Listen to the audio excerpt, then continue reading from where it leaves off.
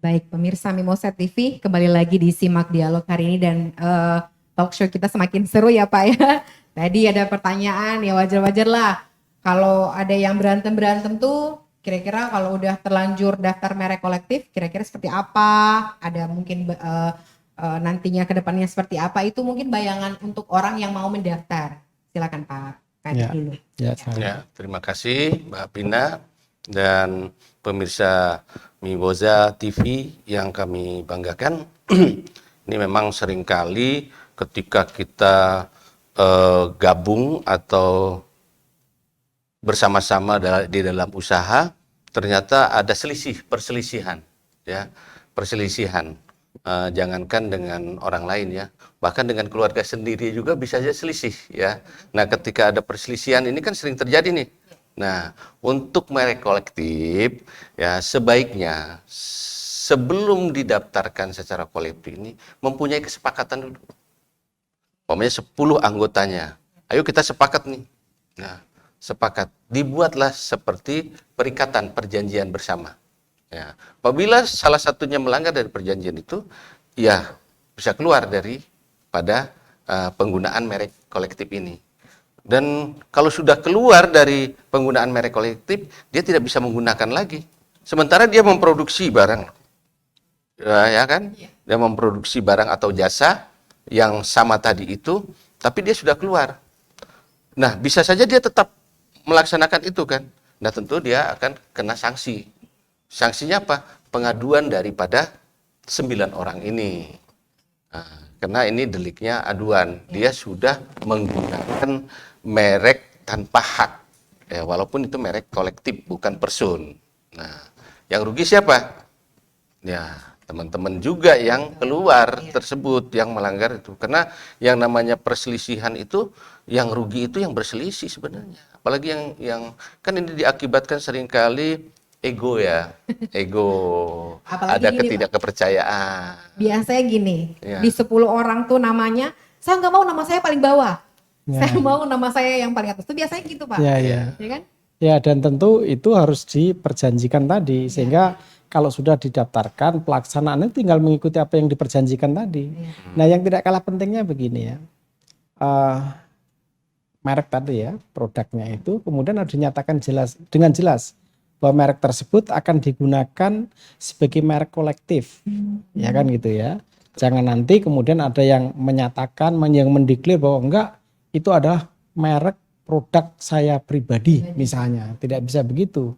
Nah, sehingga wajib disertakan ya dengan salinan ketentuan penggunaan merek kolektifnya itu. Nah, apa saja itu? Ya, salinan ketentuan penggunaan itu, satu misalnya sifat ciri umumnya atau mutu barang dan atau jasanya. Kemudian pengawasan atas penggunaan merek kolektif itu juga harus dinyatakan ya. Kemudian sanksi atas pelanggaran ketentuan penggunaan merek kolektif apabila dari salah satu pihak misalnya anggota itu melanggar. Tadi maka ada perjanjian yang dituangkan dalam bentuk tertulis tadi menjadi penting. Nah, ketika dalam pelaksanaan nanti ada hal-hal yang terkait dengan misalnya ada wan prestasi dari salah satu pihak, ya kita tinggal lihat saja. Di salinannya ketentuan itu kan gitu ya. Ya.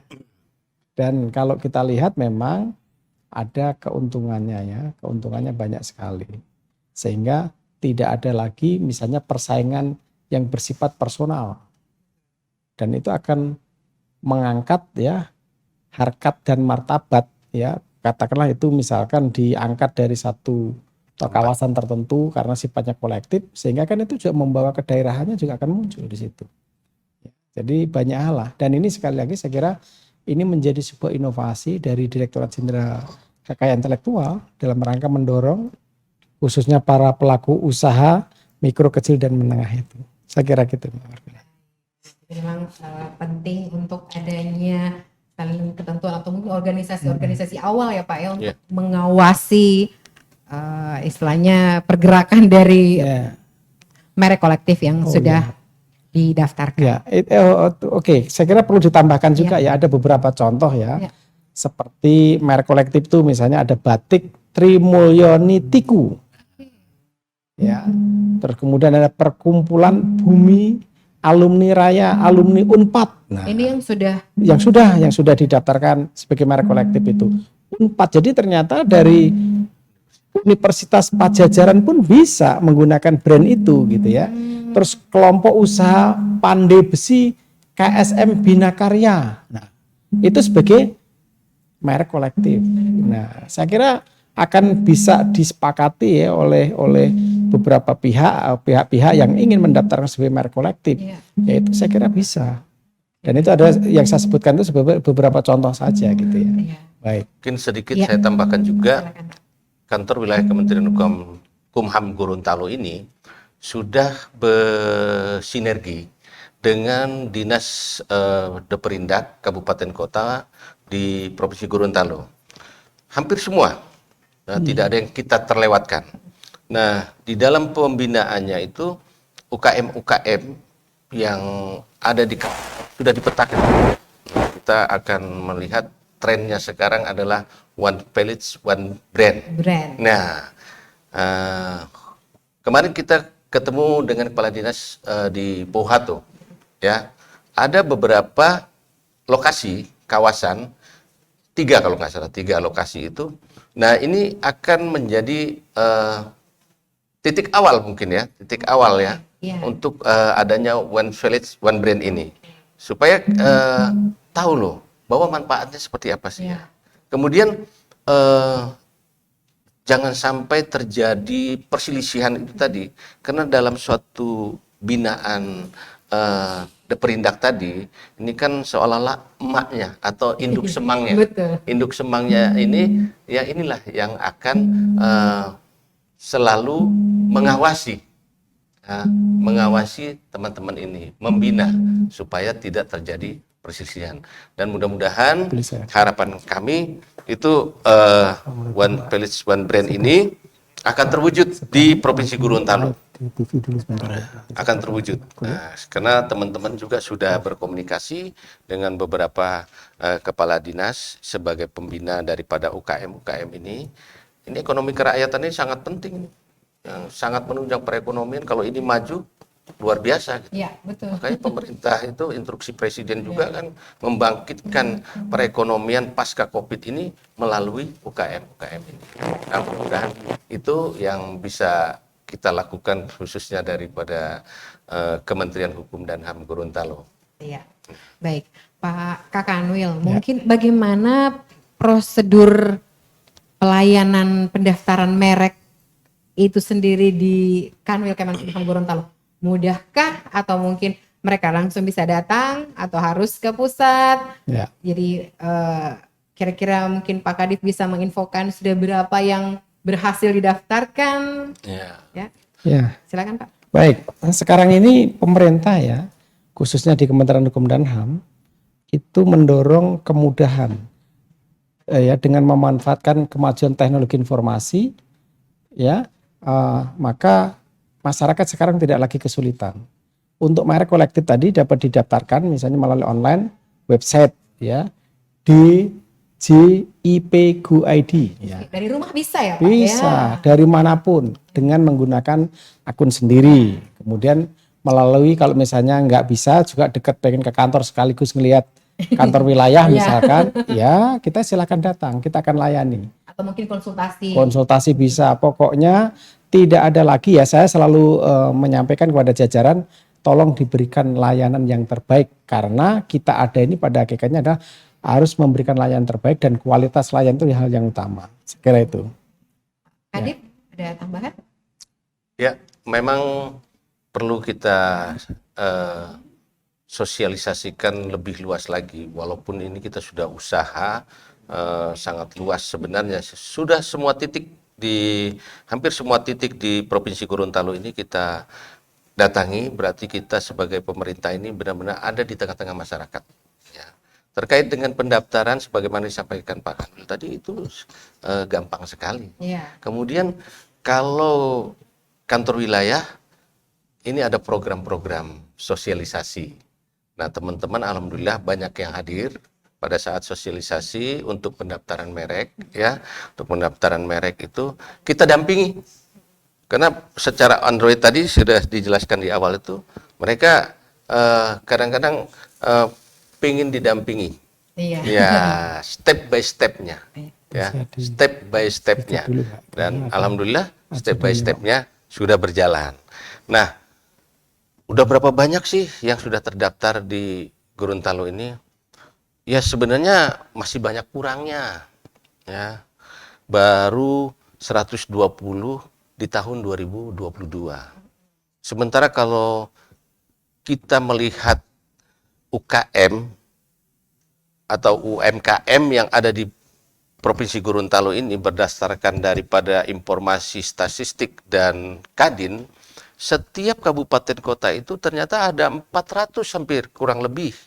Kalau dikalikan 6 sudah berapa? Banyak ya. Sudah banyak. Nah, ini yang memang masih menjadi PR kita. Kita tidak bosan-bosannya untuk terus hadir di tengah-tengah masyarakat untuk menyampaikan kepada masyarakat bahwa pendaftaran merek ini sangat-sangat penting sekali. Dan sekarang kita sedang mempunyai tren topiknya yang sekarang ini dan menjadi ini Pak ya, jagron Pak ya, untuk di KI itu adalah one village one brand. Iya. Nah, itu. Oke. Baik, Pak Kakanwil, pandangannya seperti apa? Kira-kira nih masyarakat kok ya kurang antusias gitu loh. Ini daftar merek-merek, mungkin kurang informasi ke mereka bahwa penting sekali nih pendaftaran merek ya. Bagaimana mungkin tips-tipsnya agar masyarakat ini bisa berminat untuk mendaftarkan segala bentuk hasil karya mereka? Ya. Yang pertama tidak boleh pesimis ya. Ya. Kalau kemarin tahun 2022 itu kan terkait dengan merek. Nah sekarang merek itu tahun 2023.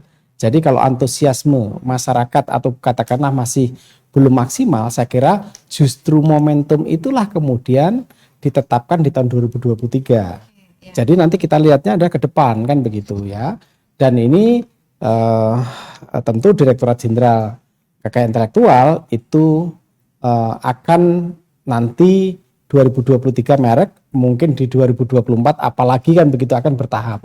Nah tentu kesuksesan dari merek ini nanti ya secara kuantitas maupun kualitas ini tentu juga digantungkan kepada peran aktif dari divisi Yankum. Oleh karenanya saya memberikan penguatan kepada jajaran saya agar membuat satu kegiatan yang lebih terprogram dan lebih sering ya mengunjungi masyarakat, para pelaku usaha mikro kecil menengah dan juga pelaku yang sudah besar. Nah, agar supaya lebih peduli ya untuk mendaftarkan merek-mereknya karena ini tentu berbeda dengan zaman dulu. Ketika dulu kita punya produk, kita punya merek dipakai orang ya itu senang. Wah, itu karya saya kan gitu kan. Itu merek saya dipakai orang merasa ada perasaan apa? Jiwa sosialnya tinggi. Dia tidak berpikir tentang keuntungan. Tapi sudah nggak zaman lagi seperti itu. Karena apa? Kita akan berada di tengah masyarakat yang peduli. Yang dia memiliki kepedulian personalnya ya untuk kepentingan pribadinya itu tinggi. Nah kalau itu dibiarkan tidak dilindungi, tidak didaftarkan, kasihan kita. Nasibnya para pelaku usaha yang mereka menciptakan dengan tadi daya pikirnya, daya kreativitasnya, sementara orang lain yang menikmati hasil. Itu oleh karenanya kantor wilayah Kementerian Hukum dan HAM dengan berbagai macam metode, baik sifatnya menggunakan pendekatan melalui instrumen-instrumen IT ya dan juga melakukan kunjungan-kunjungan langsung itu kita melakukan secara masif.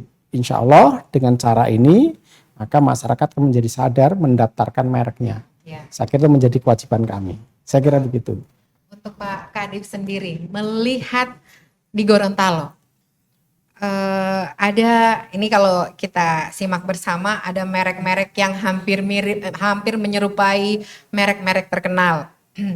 Jadi contoh nih ada merek terkenal McDonald atau KFC, ada yang mirip-miripin logonya, ada yang mirip-miripin namanya. Nah, sejauh mana penegakannya Pak? Penegakan terhadap pelanggaran-pelanggaran kekayaan intelektual ini? Kalau bagaimana penegakan hukumnya ya berarti ya terhadap pelanggaran merek tersebut ya atau yang menggunakan tanpa hak atas merek yang sudah terdaftar. Nah ini memang di dalam penegakan hukumnya ini agak pasif ya, pasif karena ini deliknya delik aduan. Oke.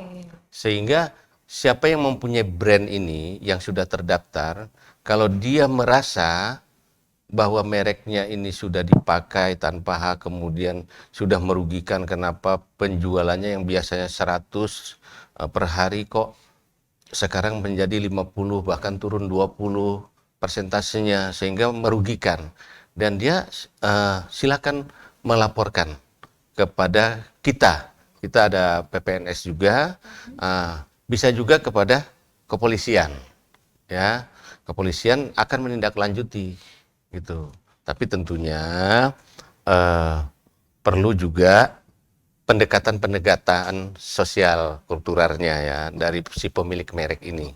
Nah, dan juga kami dari kantor wilayah itu akan sebagaimana diperintahkan Pak Kanwil tadi. Kami akan terus datang kepada masyarakat. Kami mendatangi masyarakat, menyentuh masyarakat. Ya, kalau kata lagu Ari Lasso itu, sentuhlah dia tepat di hatinya. Ya, jadi kami menyentuh hati masyarakat supaya mau menggunakan merek, mendaftarkan merek, kemudian menggunakan merek yang sah, yang legal. Kemudian jangan menggunakan milik orang lain, merek milik orang lain. Nah, insya Allah dengan pendekatan-pendekatan yang diperintahkan oleh Bapak Kepala Kantor Wilayah, kita akan jemput bola kita kepada masyarakat, masyarakat akan memahami permasalahan hukum itu bisa kita minimalisir. Ya. Karena kalau sudah berbicara hukum, yang menang jadi arang, yang kalah jadi abu. Nah, kita ingin masyarakat Gorontalo yang Serambi Madinah ini, yang betul-betul toleransinya sangat tinggi sekali, mari kita selesaikan dengan musyawarah dan mufakat dengan pendekatan-pendekatan sosial kultural tadi. Itu yang penting ya. Ya. Satu tambahkan sedikit aja, Ya. Mbak Martina. Untuk Yang ini masih ya. Oh, masih. Masih ya. Jadi sekarang ini kan ada transparansi publik kan. Ya. Sehingga masyarakat itu kalau misalnya ada pelanggaran di bidang KI atau apapun itu bisa menyampaikan secara elektronik ya. Ada pengaduan Direktorat Jenderal Kekayaan Intelektual. Kan gitu ya Pak. Betul. Ya? Jadi jangan lagi merasa kesulitan, saya ini mau mengadukannya kemana, misalnya gitu. Iya. Bisa langsung ke pusat, bisa juga ke kantor wilayah. Jadi banyak pintu sekarang. Disinilah ya Kementerian Hukum dan HAM, termasuk dalam hal ini ada kantor wilayah, kita sudah sangat-sangat transparan dalam berkinerja. Saya kira itu tambahannya. Apalagi kantor wilayah sudah meraih WBK. WBK. Dan sekarang sedang menuju kontestasi atau dalam rangka meraih wilayah birokrasi bersih melayani. Mohon dukungan dari seluruh pemirsa Mimosa TV. Ya, makasih. Oke, sebelum kita ke closing statementnya Pak Kanwil, Pak Kadif dulu ya untuk closing statement terkait mungkin peran kantor wilayah dalam mendukung peningkatan pendaftaran merek ini, apakah dengan memberikan fasilitas seperti apa kepada UMKM, apakah dibantu pendaftarannya atau seperti apa kira-kira menurut Pak Kadif? Sebenarnya sangat luar biasa ya, khususnya pemerintah sebenarnya. Pemerintah menugaskan Kementerian Hukum dan HAM melalui Dirjen KI sampailah kepada kantor wilayah. Program-program yang ada itu sangat luar biasa. Program sosialisasi pendampingan kepada masyarakat terkait hak kekayaan intelektual ini bukan merugikan masyarakat, bahkan menguntungkan. Ada program kita yang mengundang masyarakat UKM atau masyarakat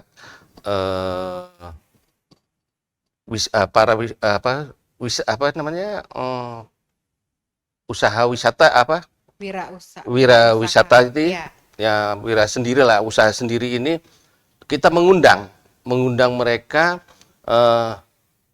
datang ke suatu tempat yang sudah kita tentukan ya, kemudian kita memberikan materi terkait dengan hak kekayaan intelektual, merek, paten, desain industri, atau ada yang kita sebut dengan mobile klinik ya.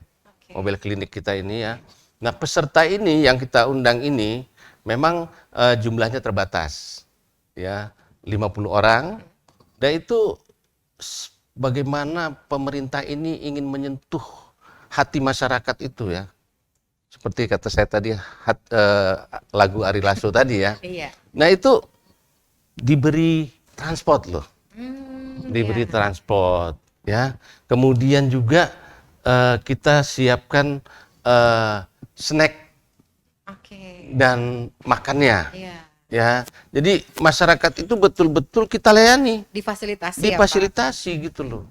Jadi sangat rugi sekali kalau masyarakat UKM ini, UMKM ini tidak mau hadir. Maka kami mengajak kepada masyarakat, khususnya masyarakat usaha, baik itu UKM maupun UMKM yang ada di Gorontalo ini, apabila ada undangan dari Deperindak yang bekerja sama dengan Kemenkumham, itu hadir.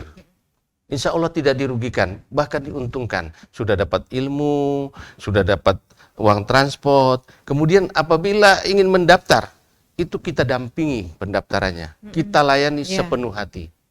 Ya.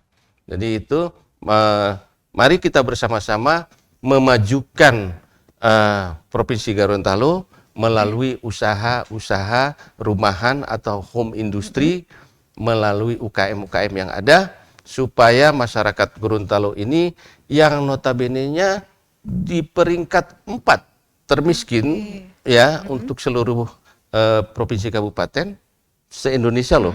Nah, kita angkat nih. Dan kami lihat luar biasa Gorontalo. Kami yakin Kemenkumham mampu untuk mengajak masyarakat Gorontalo untuk mendaftarkan mereknya supaya usahanya lebih maju dan lebih berkembang. Baik, terima kasih Pak Kadif, Pak Hadianto. Pak Kakanwil, dalam setahun kepemimpinan Bapak, mungkin bisa dibagi tips-tipsnya nih di setahun ini Bapak udah, misalnya udah mengkoordinir pendampingan-pendampingan selama ini sehingga meningkatnya jumlah pendaftaran kekayaan intelektual, kemudian harapan-harapan Bapak terhadap khususnya di Provinsi Gorontalo ini kira-kira seperti apa?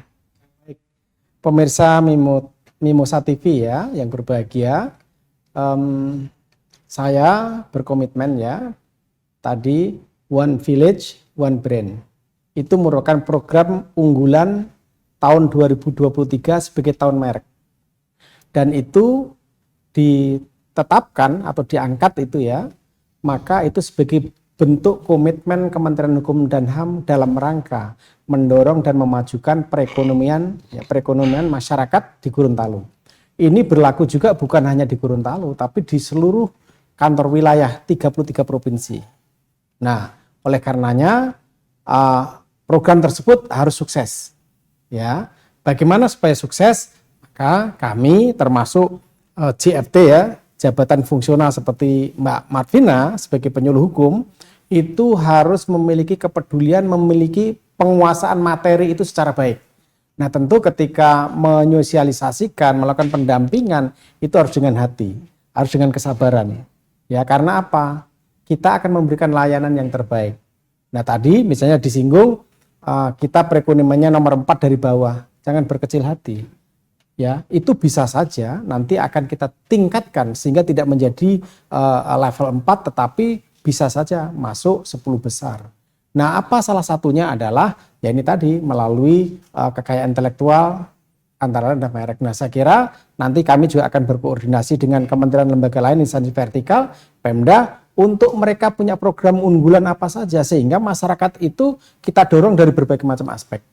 Nah, oleh karenanya pesan salah satu pesan kepada kami kantor wilayah di mana dalam rangka untuk meraih WBBM, wilayah birokrasi bersih melayani, itu ada endingnya adalah pelayanan, kualitas layanan yang terbaik kepada masyarakat. Kualitasnya apa? Tadi saya sampaikan kita melayani terkait dengan bidang layanan, bidang keimigrasian, kekayaan intelektual, kemudian juga administrasi hukum umum ya, ini juga masalah pendaftaran perseroan perorangan, misalnya seperti itu. Jadi banyak hal dan produk-produk yang dilayani oleh kantor wilayah Kementerian Hukum dan HAM itu harus kita jaga dan terselenggara kualitasnya secara baik. Itu saya kira menjadi komitmen kami. Dan ini juga harus diterjemahkan oleh seluruh jajaran, bukan hanya Kakanwilnya saja, Ya. tetapi harus ke bawah sampai ke UPT-UPT-nya, gitu. Ya, saya kira nanti kita juga, saya senang dengan program ini, ya saya kira ini sebuah inovasi yang baik dan juga ini mohon peran serta dari seluruh jajaran media. Ya. Jadi saya ingin berterima kasih kepada Mimosa TV karena secara langsung maupun tidak ini sudah turut menyelenggarakan mendorong perekonomian masyarakat kita, pemberdayaan masyarakat kita untuk semakin lebih maju. Ya, saya kira itu. Terima kasih. Bu Baik, Martina. terima kasih Pak Ya. Kakanwil, Pak Kadif. Pemirsa Mimosa TV, demikianlah penyampaian atau sharing dari kedua narasumber kami pada hari ini. Semoga apa yang beliau-beliau sampaikan bisa bermanfaat bagi seluruh sahabat pengayoman juga pemirsa Mimosa TV di rumah.